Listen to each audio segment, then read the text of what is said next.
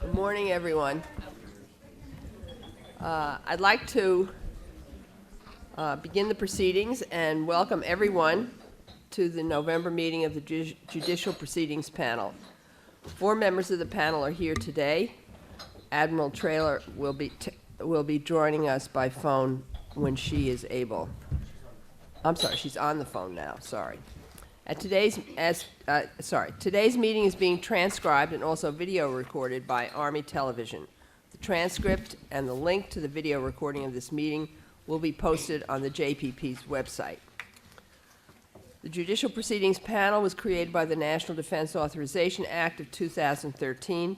Our mandate is to conduct an independent review and assessment of judicial proceedings conducted under the Uniform Code of Military Justice involving adult sexual assault and related offenses since the most recent amendments to Article 120 of the UCM. Major Mark Tilney, U.S. Marine Corps Regional Victims Legal Counsel, National Capital Region. Captain Jesse Summer, U.S. Army Chief, 82nd Airborne Division, Legal Assistance Office, and Division Special Victims Counsel, Fort Bragg, North Carolina. Captain Aaron Kirk, U.S. Air Force Special Victims Counsel, Air Force Legal Operations Agency, Joint Base San Antonio, Lackland, Texas. Thank you very much for taking time from your important work to share your understanding and experience with us. And we'll start with Commander Colleen Shook.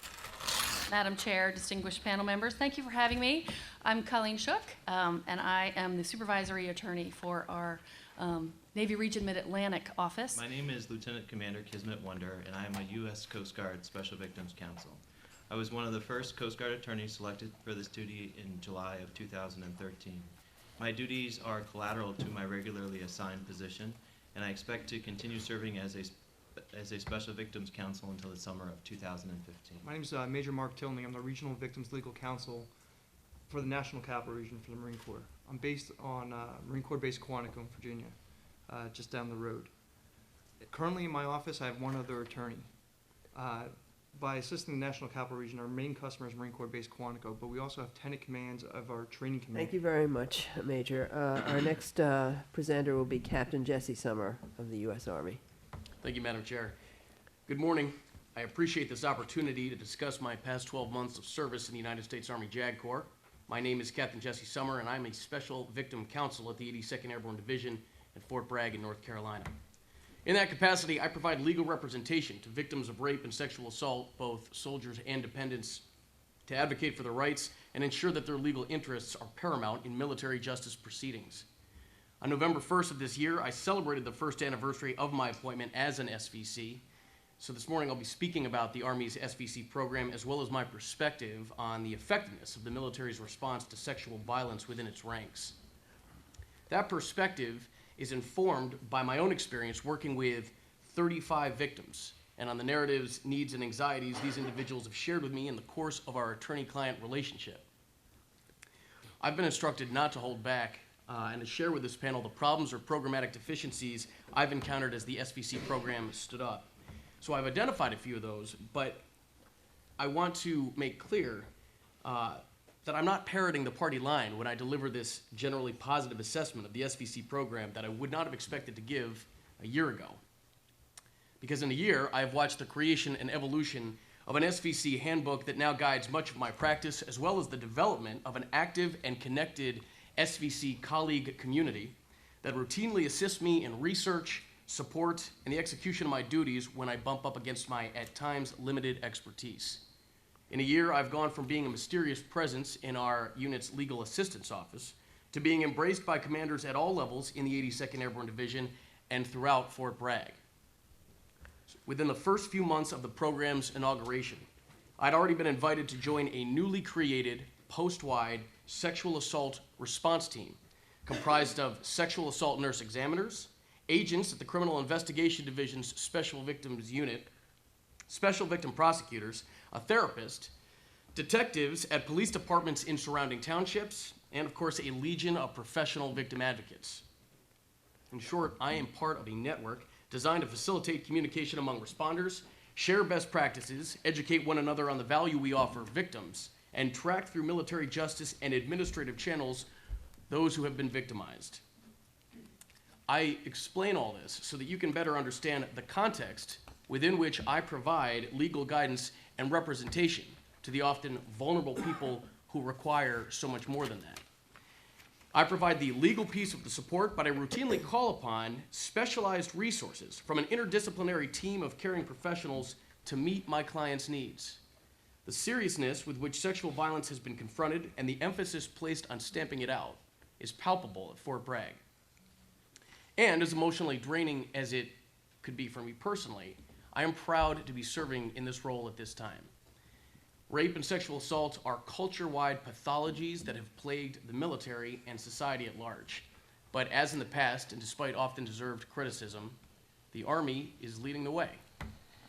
So as I hope to discuss, an SVC is routinely required to perform a vast array of legal tasks to meet the needs of clients who often find themselves in situations that present challenges beyond just preparing to testify.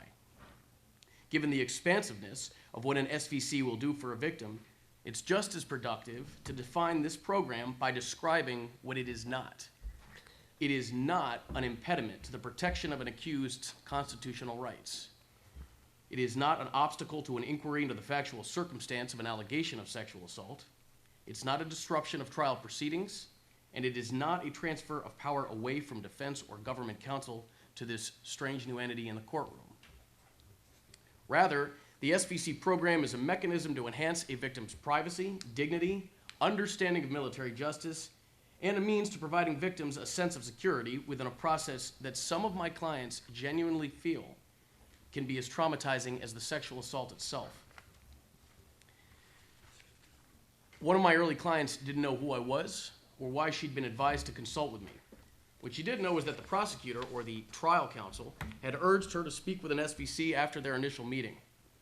This was because the trial counsel suspected that the victim might have engaged in some potentially relevant misconduct that he could be obligated to report to her command or to defense counsel. The reality of the human experience is that so-called collateral misconduct on both sides will often be present when dealing with cases of sexual assault. Could be that underage drinking is involved.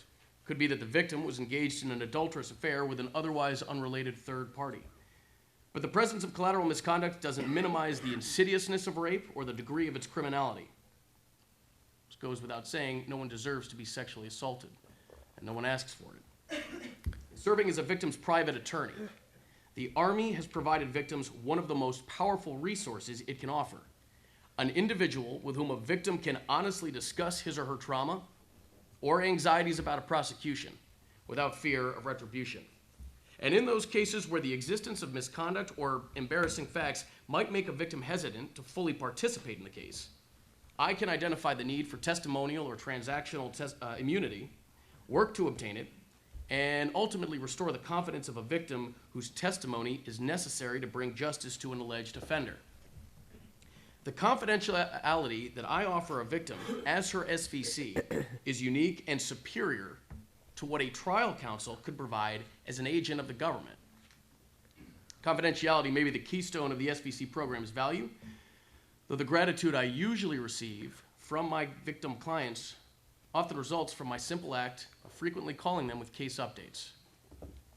From the perspective of victims, military justice is an intimidating, confusing, and opaque process that runs the risk of alienating those courageous individuals who come forward to report their assailants. Simply by explaining the process, apprising clients of projected deadlines, and just generally keeping them informed, answering questions that may arise throughout the process, I keep victims engaged. These victims are key witnesses to crimes committed against them. And the justice process is best served when a victim is more willing to furnish testimony about the trauma they endured. So, Madam Chair and honorable members of the panel, I prepared a much longer statement, but out of respect for my fellow panel members, and because I've already probably been self-indulgent enough, I asked to submit my entire written statement to the record and provide fuller details regarding my tenure as an SVC in response to your questions. To that end, I invite you to specifically ask me about my value as a private legal advisor who exists outside of command influence or interference from my tech chain, and who provides guidance regarding issues such as so-called collateral misconduct in a manner that is confidential and explicitly in the service of the victim's interests. I also invite you to ask me about a few of the obstacles I've encountered, specifically with regard to my experience before military judges. I hope to have a chance to discuss my personal opinion regarding whether or not the SVC program should exist structurally as a stovepipe organization. I strongly believe it should not so exist. And lastly, where appropriate, I wish to provide a few concrete examples of the way in which the SVC program, and my representation specifically, has benefited victims of rape and sexual assault. So pending your questions, airborne all the way. Well, you've left us in such suspense. I don't know what to do. Anyway, thank you for your testimony. We will be happy to receive the balance of your testimony and look forward to the opportunity to elicit those answers that you've left us in suspense about. Our next presenter will be Captain Aaron Kirk, U.S. Air Force. Thank you, welcome Madam you. Chair, and other distinguished members of the panel for the opportunity to speak. I'm from Joint Base San Antonio, where I currently represent 23 clients actively. I've represented 45 clients during the course of my time as an SVC. I started as an SVC when the Air Force launched the program in January of 2013, so I was part of that initial cadre that was trained and have been an SVC since that time. Okay, thank you very much. Judge Jones? Sure. I'm almost afraid to ask you, Captain Summer, but I'm very interested actually in the collateral estoppel issue because it's something that, I don't mean estoppel, I mean collateral conduct issue. And you mentioned that you've been able to negotiate immunity. Could you expand on that? Like, when are you able to do it? How quickly do you have to do it? What's the mechanism? If I may, ma'am, I'll give you two examples.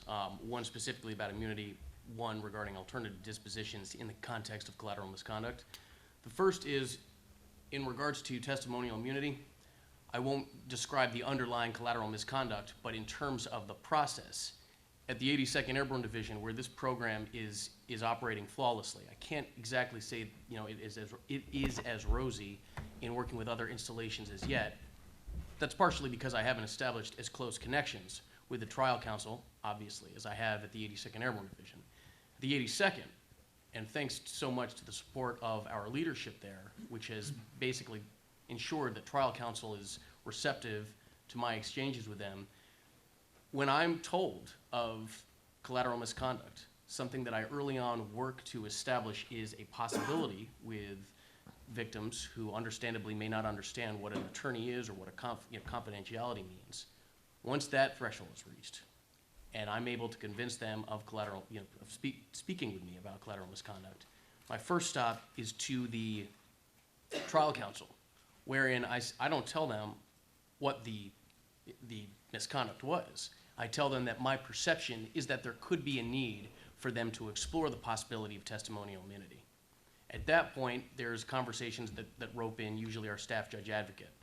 And before anything is revealed, we look at the possibility of whether testimonial immunity, admittedly, transactional immunity, I've not achieved that. I haven't necessarily had a need to. But as far as testimonial immunity is concerned, I have been successful in that. A drawback obviously concerns those issues wherein we have an adulterous affair and someone wants to protect a third party who wouldn't otherwise be entitled to testimonial immunity. We're working through those types of issues. Who has the authority to say, to grant testimonial immunity, which would be used immunity? In other words, their own statements couldn't be used against them. Roger, ma'am, and only because I have not actually served previously in a trial counsel capacity. The mechanics of how that works, I don't want to step out over my skis in answering that. Okay. All I know is that I haven't had to worry about it. The trial counsel is receptive, something happens in the abyss, and there has been An that understanding that your client has testimonial immunity? and that has been granted, and I'll get it in a signed memorandum, and then I will discuss with my client what the testimonial immunity specifically covers. If I may also, just because I think this is equally as important, I worked with a victim who, following a sexual assault committed by a superior, experienced a sudden downward spiral into drug usage.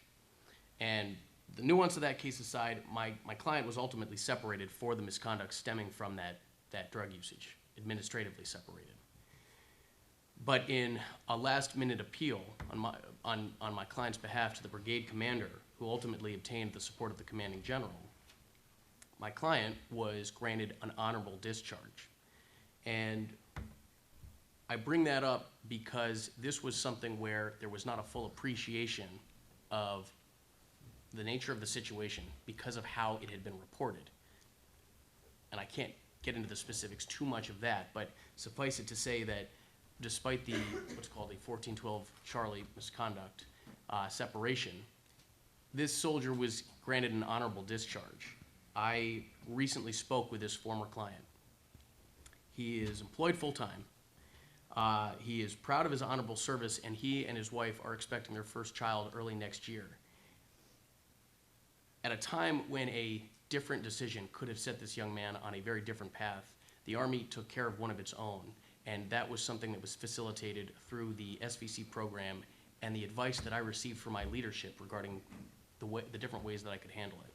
And I bring that up only to talk about the way in which I work with the government to ensure that there are other possibilities when collateral misconduct is involved. You know, because collateral misconduct seems to be such a deterrent for reporting, I'm wondering if any of the rest of you have had any experience negotiating for immunity. Captain Kirk? Yes, ma'am, I have. It works in a similar manner to what Captain Summer described in the Air Force. We've also had to, in one situation I know of, get immunity and work with local prosecutors as well because of the conduct that occurred off base, and the military didn't have jurisdiction over the member. But yes, in those situations where we're able to get immunity, it makes a huge difference in terms of their willingness to come forward and their ability to be candid with trial counsel, which I think is really what's lacking prior to that immunity. You know, even if they're reporting the crime, a lot of times they're leaving gaps in their statements and their testimony. A lot of times trial counsel or investigators will look to that as signs of deception or signs that they're perhaps not being forthcoming. They may even prejudge the actual occurrence of the assault at that point based on this kind of broken testimony that may be coming out because they're concerned about disclosing something that's going to incriminate them. Right.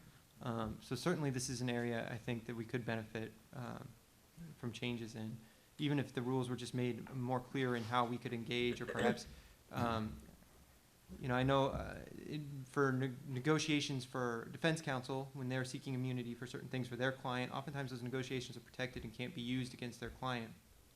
I don't know that similar provisions would cover our own negotiations, which is why I think Captain Summers describing this dance where he's kind of saying, well, there's something out there. Right. In the civilian system, you would use a proffer, Right. which couldn't be used against the person giving. The second question goes to the question of whether you are a full-time SVC lawyer or whether you are a part-time. Captain Summer?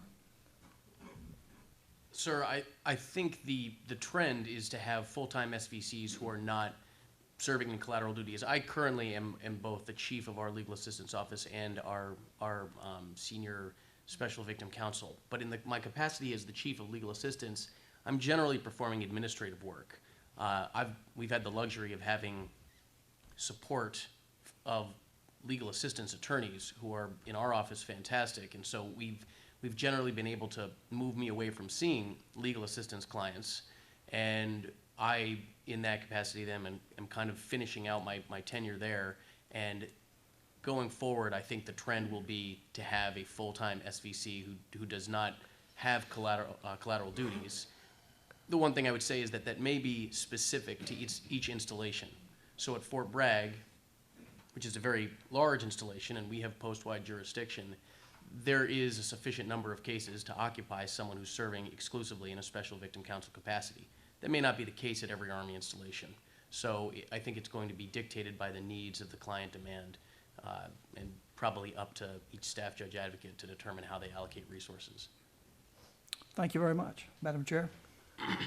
Thank you. I guess I'll pick up at this point.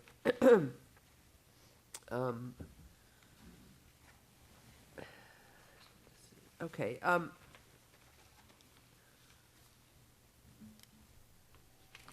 Captain Summer, just to take you up on your offer, What are the major obstacles that you see to this in the proper and complete and robust execution of the program, SVC program?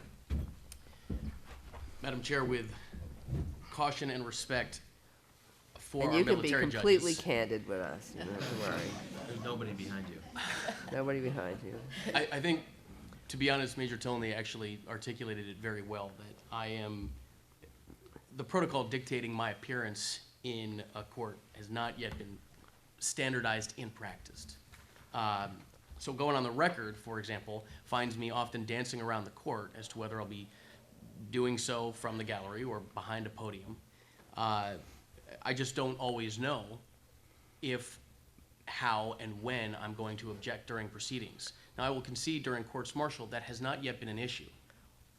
Mostly, when it comes to issues in which I have standing, the trial counsel, the interests align such that I don't need to make an objection regarding 412 or 513 issues.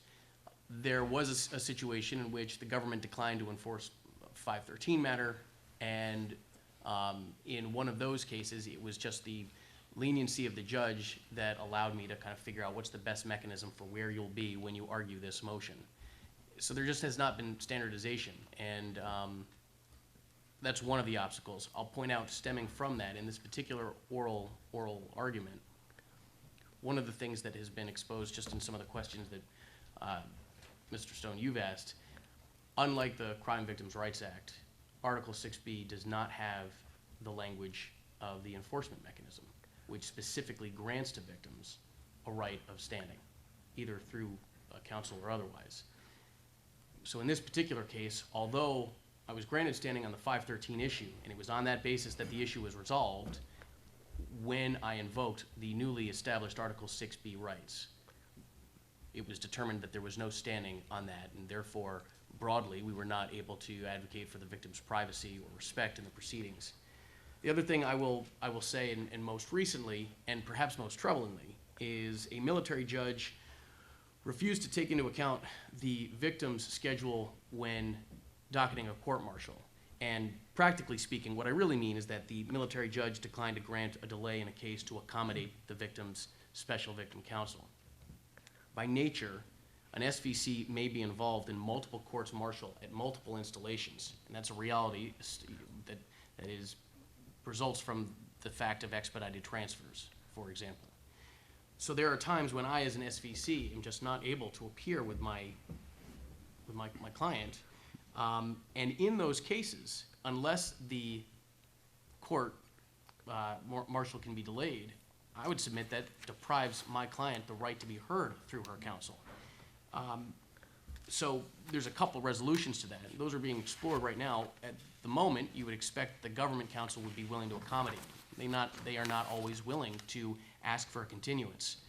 But the bigger issue is, as already required under the rules of practice before courts martial, I believe it's 2.3.1, the SVC is supposed to be consulted when it comes to docketing decisions.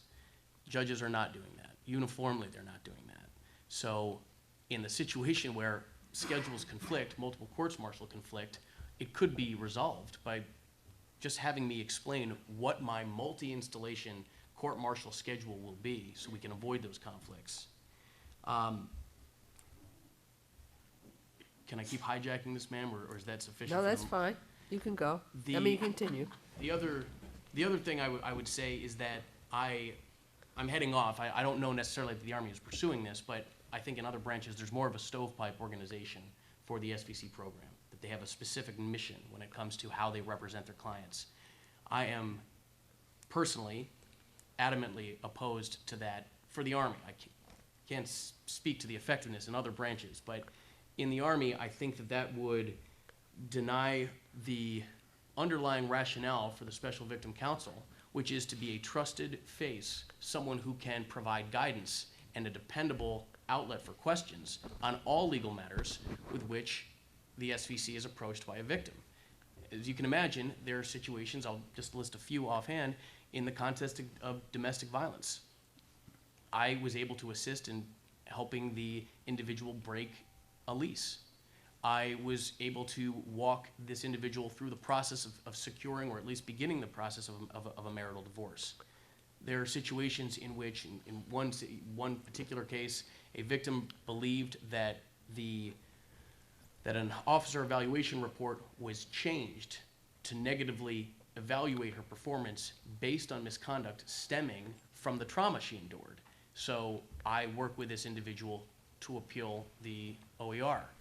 What ends up happening is there's such a range of legal issues that victims often bring as kind of collateral to the primary assault that it would be perhaps a little weird for me. I would feel a little weird about having to stand down and directing them to another attorney.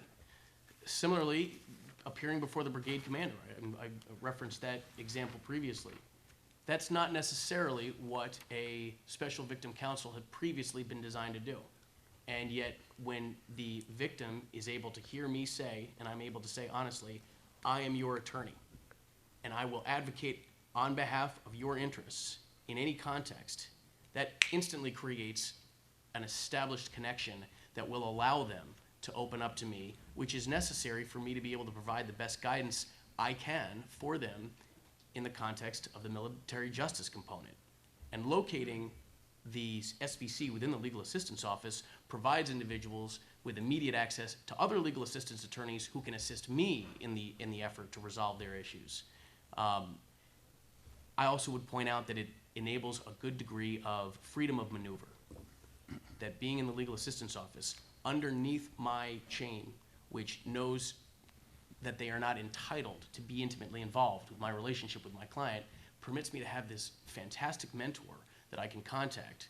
I obviously have to be somewhat cognizant that they are an agent of the government, and there are some things I can't discuss, but right now, at least at the 82nd, the program operates flawlessly because they trust me and because Colonel Jay McKee, from whom you heard earlier, has been extremely responsive, involved in all of my representations to the extent that I require the assistance.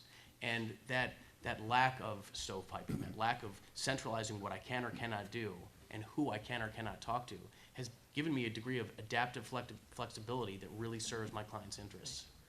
I'm sorry, Mr. Stone. A couple of quick questions. One, Captain Summer, I noticed you spoke about the case where you couldn't get a continuance. Was there a reason you couldn't get another counsel in long distance from another facility to help you out in that case, or was that even tried? Well, suffice it to say, sir, that specific case is actually the subject of a slightly larger dispute and has not, in effect, been resolved. And so what you've proposed may, in fact, be what is required. I just want to point out, sir, that is not a solution. That is not the best implementation of the rationale for the SVC program. So this is an individual with whom I have developed a personal relationship with in a legal capacity, and I feel sorry for her that, absent a relatively quick resolution, she will feel abandoned by the individual who has said, I am your legal representative. This is also an overseas context. We will be able to find someone. Okay. But I don't think I understand, and maybe you've had it articulated to you, either why trial counsel don't simply forward all the pleadings to victims counsel as they get them, or why military judges aren't just saying, sure, take a seat in front of the bench back there, and if there's an issue you have, raise your hand or stand up and I'll recognize you. I'm not sure I agree with Captain Summers' statement before when he said having special victims counsel is not a loss of power and control by the trial counsel and the judge. I absolutely think it is. There's another party in there, and even if it just means it's going to take up some time and they're trying to push this case through by the end of the day. So I don't agree with you that it's not a loss of power, but has anybody articulated to you why you don't get the courtesy that I would expect any person who is a JAG and who your military organization, your secretary, has appointed you to be in that role and represent someone, isn't getting that recognition that I think is ordinary and expected by a military lawyer in a military courtroom? Can somebody enlighten me? Sir, only because I want to go on the record first as saying that at least my experience has been that trial counsel increasingly are, I just have not had a problem. They have been willing to give me largely the documents that I would request.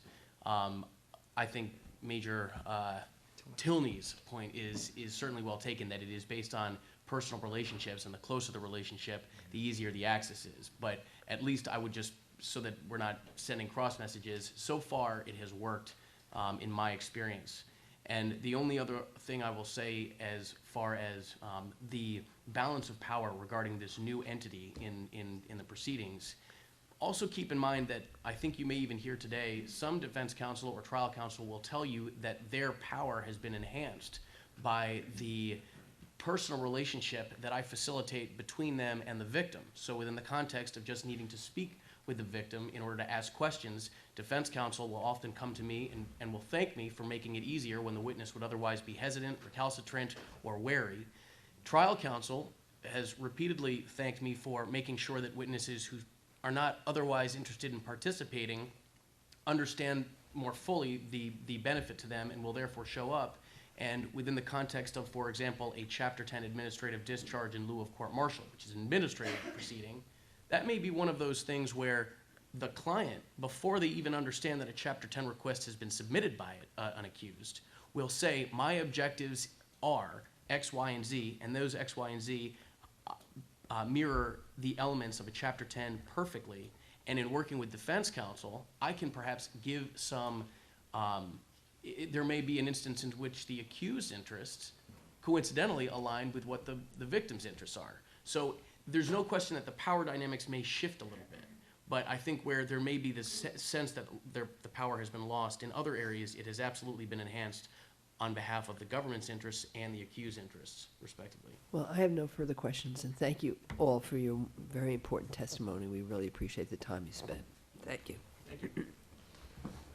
And we will adjourn for lunch.